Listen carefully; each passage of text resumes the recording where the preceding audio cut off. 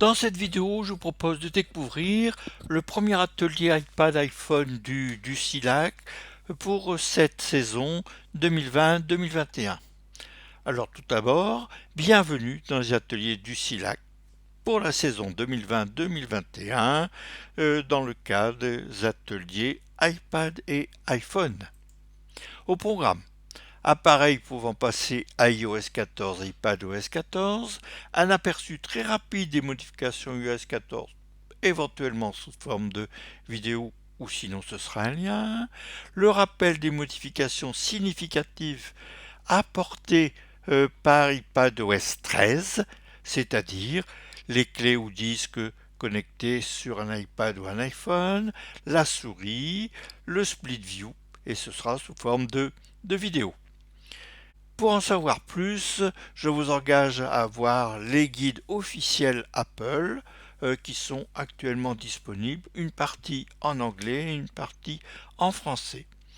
Nous verrons si les widgets iPhone, c'est présenté comme une révolution dans iOS 14. Ensuite, nous verrons la barre latérale dans certaines applications, en particulier un aperçu de l'application photo sur iPad. Et pour terminer, nous verrons l'application calendrier avec en particulier la suppression des roues horaires pour marquer le jour ou pour donner les heures.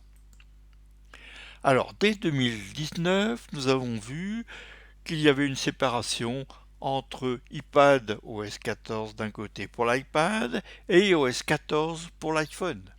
Peuvent passer à iPad OS 14 tous les iPad Pro, les iPad 8e, 7e, 6e et 5e génération, les iPad mini, l'iPad mini plutôt de 5e génération, l'iPad mini 4e génération, les iPad Air de 4e et 3e génération et l'iPad Air 2. Les iPhones pouvant passer à iOS 14 sont tous les iPhone 11, tous les iPhone XS, XR, X, iPhone 8, iPhone 8 Plus, iPhone 7 et 7 Plus, iPhone 6S, iPhone 6S Plus, les iPhone SE première et deuxième génération et les iPod Touch de septième génération. Alors, voulez-vous voir toutes les nouveautés d'iOS 14?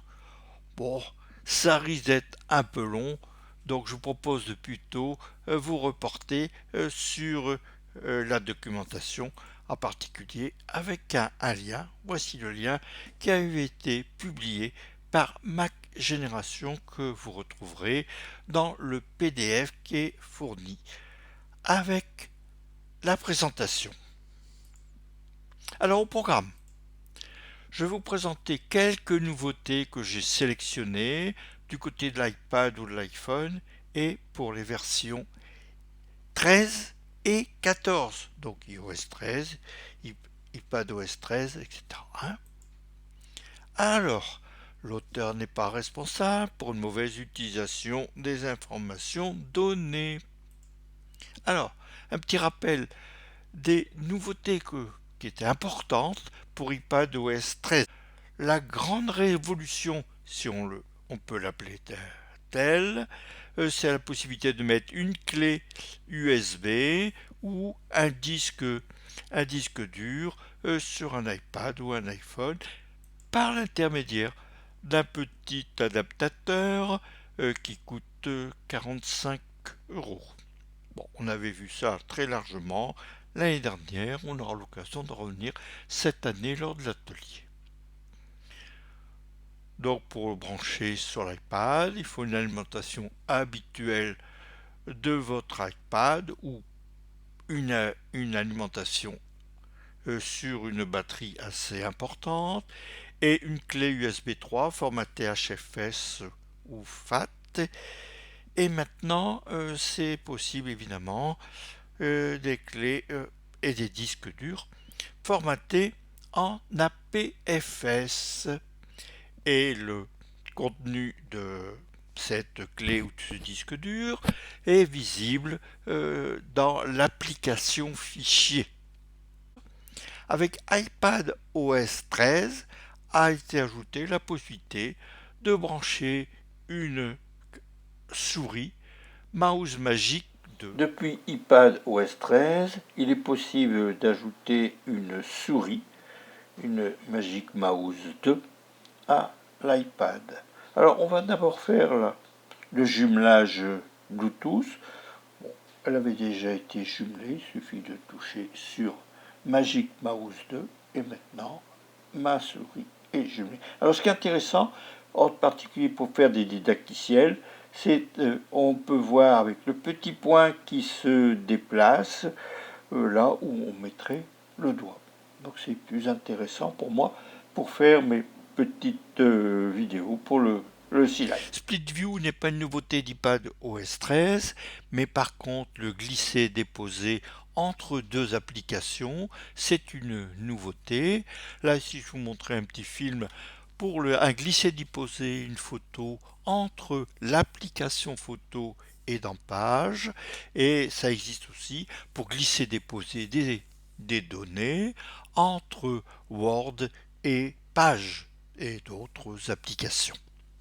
Sur les iPads compatibles, vous pouvez utiliser Split View pour utiliser deux applications côte à côte. Là ici, je vais lancer l'application Page. J'ouvre un document. Là ici, j'ouvre l'île 2019. Je vais aller supprimer la photo.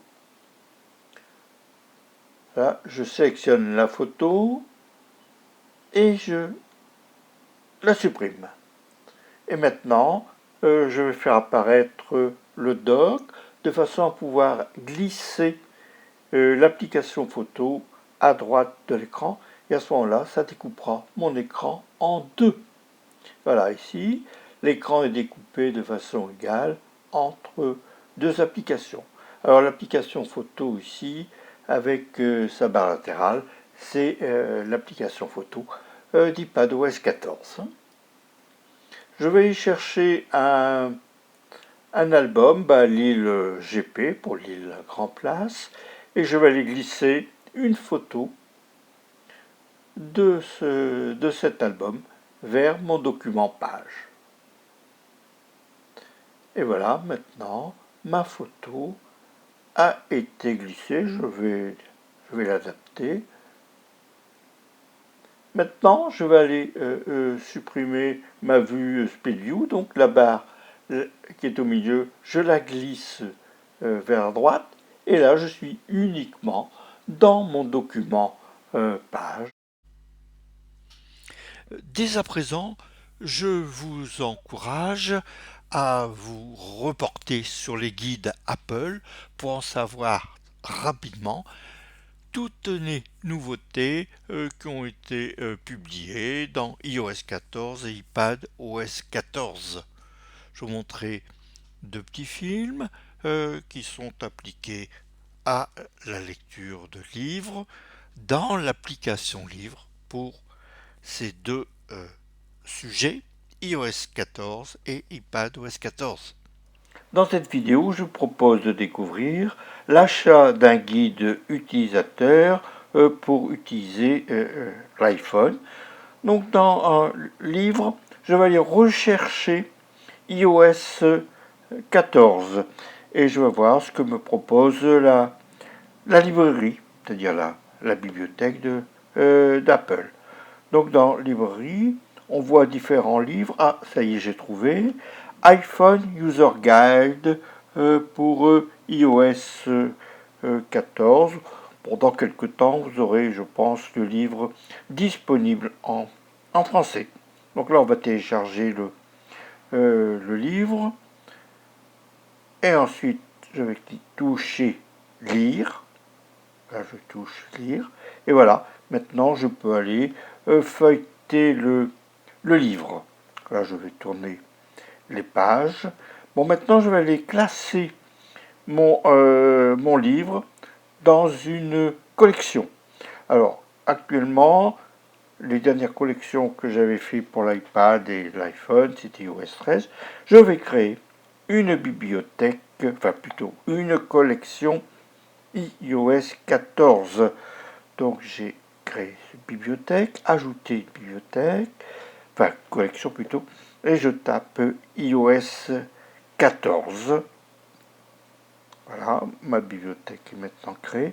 Maintenant, je vais la déplacer pour la mettre en haut de ma liste. Donc, je l'ai sélectionnée et avec le doigt, je l'emmène ici entre les lycées et iOS 13, iPad OS 13.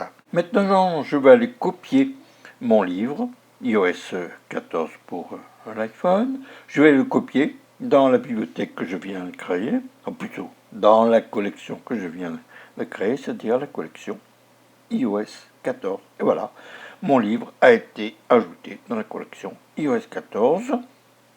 Je vais peut-être aller vérifier. Oui, allez, j'ai été vérifier toute collection. Je regarde ce que j'ai dans iOS 14. Et voilà, je vais toucher maintenant le livre et je tourne les pages. Voilà. Alors, une nouveauté qu'il y a dans la version iOS 14, c'est que l'on peut changer le défilement. Donc, pour changer le défilement, on va aller toucher sur les deux lettres AA et on va les choisir dans le petit outil qui s'affiche.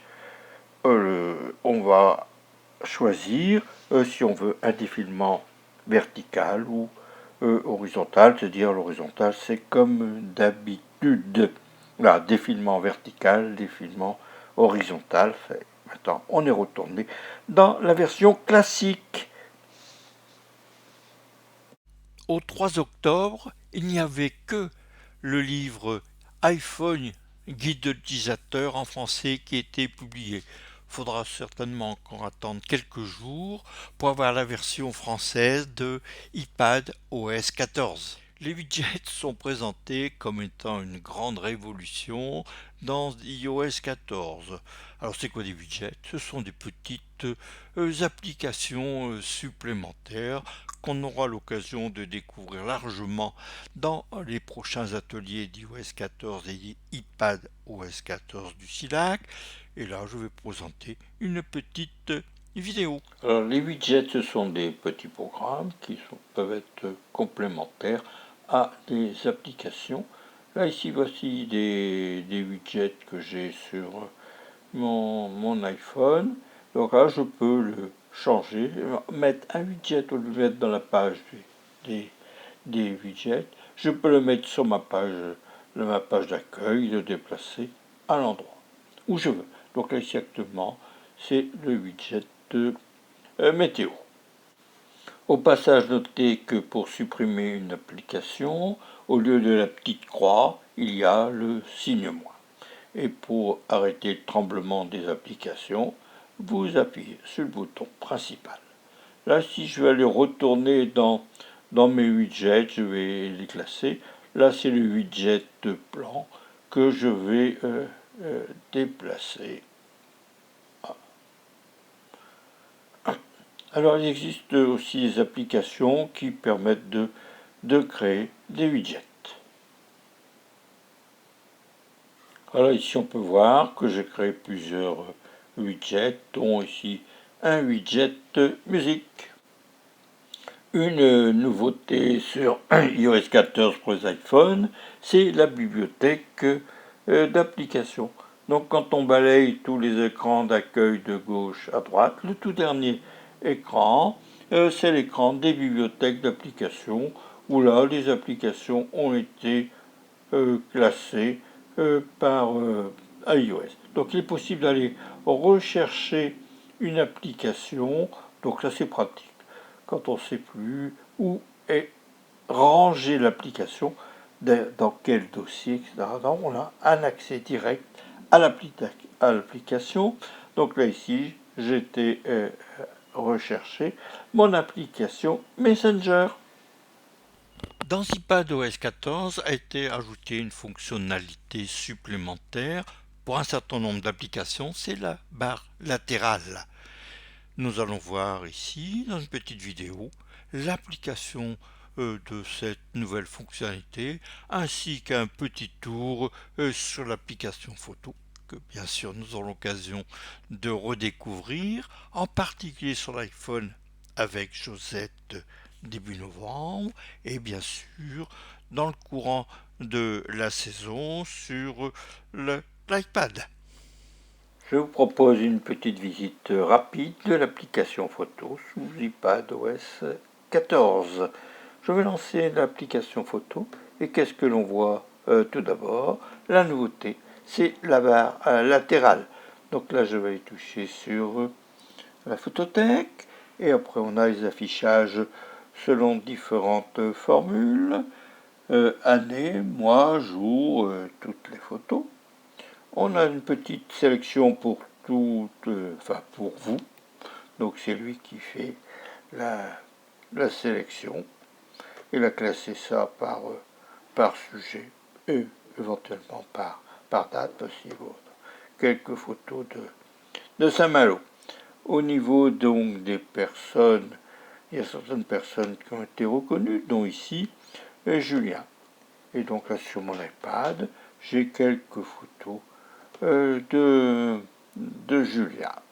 Au niveau des lieux, on peut agrandir la zone d'affichage, plutôt la rétrécir pour avoir une carte plus longue. C'est une photo que j'avais faite à Phoenix, Arizona. Voilà, me revoilà maintenant en France. On a un certain nombre de photos. Là, je vais faire un zoom et à chaque fois, je vais pouvoir particulariser la zone de photos où il y a maintenant des photos par sujet. Donc là, ici, c'est Arras. Je vais maintenant aller voir d'autres photos. Bah là, c'est dans le récent. Bon, voilà, etc. Maintenant, on a le dossier vidéo, les photos panoramiques, et là maintenant on entre dans les dossiers partagés, dans les photos partagées, et donc là voici quelques photos qu'avait envoyées Thérèse, donc des photos de Corse envoyées par un album partagé. Là ici ce sont d'autres albums, un album Saint-Malo.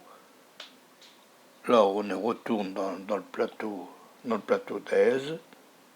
Et là, ici, on a tous les albums. En dessous, on aura mon flux de photos. Là, ce sont des photos d'albums, donc l'île Grand Place, la tour Sedan. Alors là, on va regarder comment on modifie une photo pour montrer qu'il n'y a pas de grande différence au niveau de la modification par rapport à la version iOS 13. Donc là ici, je vais prendre l'outil pour aller couper la photo. Et voilà ma photo. Oh. Oui, elle est photo. Ouais, je vais en rester là. Je n'ai gardé que la photo avec les différents pylônes. Et il sera possible de revenir à la photo initiale, comme ici. Pour terminer cette première réunion de l'atelier iPad iPhone de la saison 2020-2021, je vous propose un petit tour de l'application calendrier. Découvrons l'application calendrier sous iPad OS 14. Là, je vais aller ajouter un événement. Donc, je vais aller toucher plus dans le calendrier. Je vais taper le titre de l'événement. Donc, c'est l'atelier iOS. Je vais ensuite choisir le jour de début. Le jour de début, c'est le lundi 21 septembre. L'heure de début 14h14. L'heure fin 14h45. Notez, il n'y a plus la roue crantée. Voilà, 15h45. 16h45, pardon, oui. Ensuite, je vais indiquer la récurrence. C'est toutes les semaines. avec une fin de récurrence au 12 octobre 2020. Je vais ensuite ajouter une alerte. Alerte début 1 heure avant. Deuxième alerte à 30 minutes avant l'événement. Et ensuite, je touche ajouter. Et maintenant, mon atelier iOS a été rajouté sur le calendrier du 21 septembre au 15 octobre. Il est possible de synchroniser le calendrier Apple avec l'agenda Google. Et je trouve qu'au niveau de la présentation de l'agenda Google est intéressante et beaucoup plus claire. En particulier au niveau du planning, où on a l'ensemble de toutes les activités qui ont été mises dans le calendrier avec des couleurs bien visibles. Merci Jean-Michel.